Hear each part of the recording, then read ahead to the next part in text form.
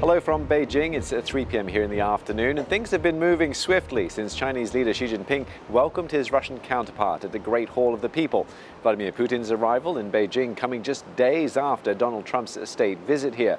In the last hour, Xi and Putin have been taking part in a signing ceremony as they look to further cement a relationship that has become something of a diplomatic lifeline for Moscow during its war with Ukraine.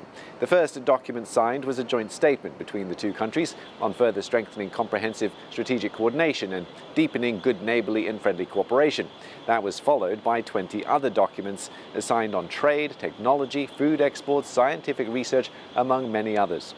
Now, the two countries are also expected to issue a joint statement on advocating for a multipolar world and a new type of international relations.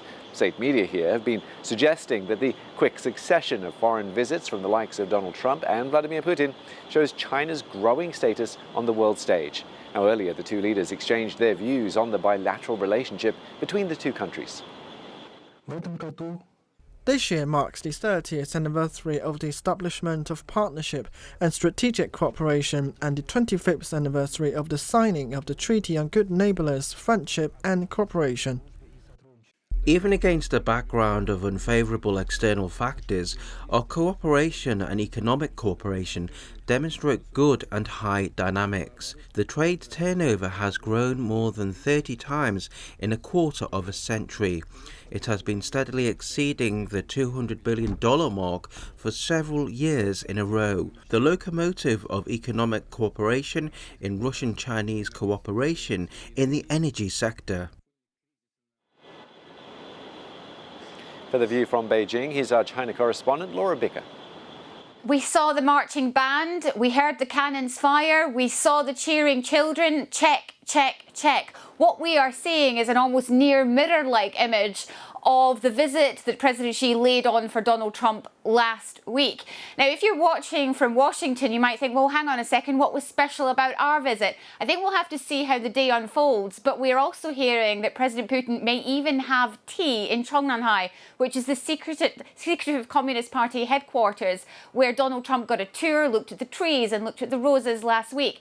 So I think it's interesting to compare and contrast. But you mentioned there, when it comes to Beijing, China is eager to portray itself and their president as the leader that the world is welcoming, and that is what you're seeing again today. Yeah, and that's some of the language you've heard as well that's emerged so far. What's got your attention? So I think the key thing for both sides in this is when it comes to those energy talks. I think there's a couple of things that drew my attention. The first was President Xi telling his counterpart that he wanted a ceasefire in the Middle East. He's calling for the two sides to end hostilities, and by that he means America and Israel and Iran. Now, when it comes to that call, it's quite interesting to call for the end of a war in the Middle East, but he's sitting across from a man who invaded Ukraine, who invaded Europe. So I think when it comes to calling for an end to one war but not mentioning the other, I think many world leaders will be looking at this and looking at Beijing and say, look, if you want some credibility, you have to bring up the war in Ukraine with your Russian counterpart. The second thing I noticed was the discussion of this Siberian 2 pipeline. Now, obviously, the war in Iran is squeezing China's supplies of oil and gas. So when it comes to energy, they may be looking towards Russia, towards their northern neighbour for more supplies. So that pipeline has been in discussion for years. Mr. Putin might see his chance and might believe his chance to get it through and get it signed is now. I spoke with Klaus Sung earlier, who's an expert on Chinese politics and China's relations with the West and Russia from Mercator Institute for China Studies. He says the meeting between Putin and Xi will show massive political advantages for China. So I think that many different interpretations, especially focus on economic and energy side. And I think these are important for sure that for especially on the energy side, as we just hear and mentioned. But I think there's another angle here to stress on, especially that what Xi might gain from Putin's visit is that the image of all nations coming to the court, that reflecting Beijing's growing strategic depth, right? And it can seek stability on one hand with the United States while enhancing its partnership with Russia.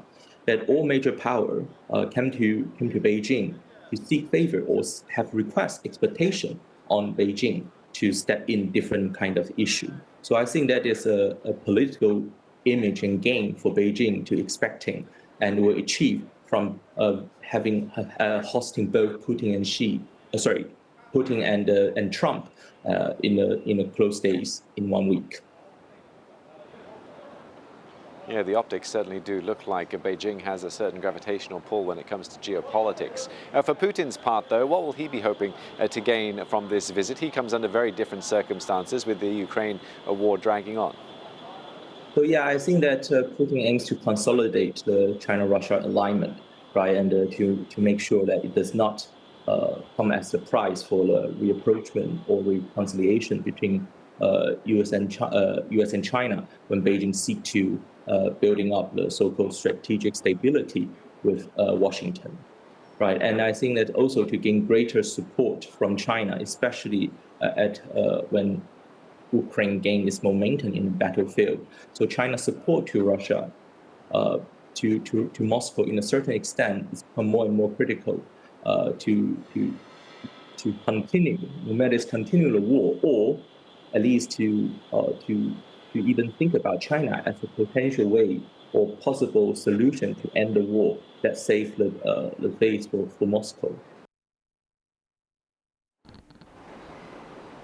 Now, there's still plenty more to come here in Beijing. The presidents will attend an opening ceremony of a bilateral education initiative.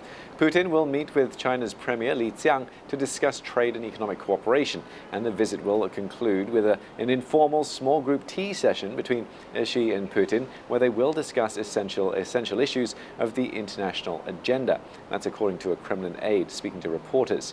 In and amongst all of that, there will be a lighter moment as well when Putin is expected to meet with the Chinese engineer that he first met back in the year 2000 during his very first visit to China.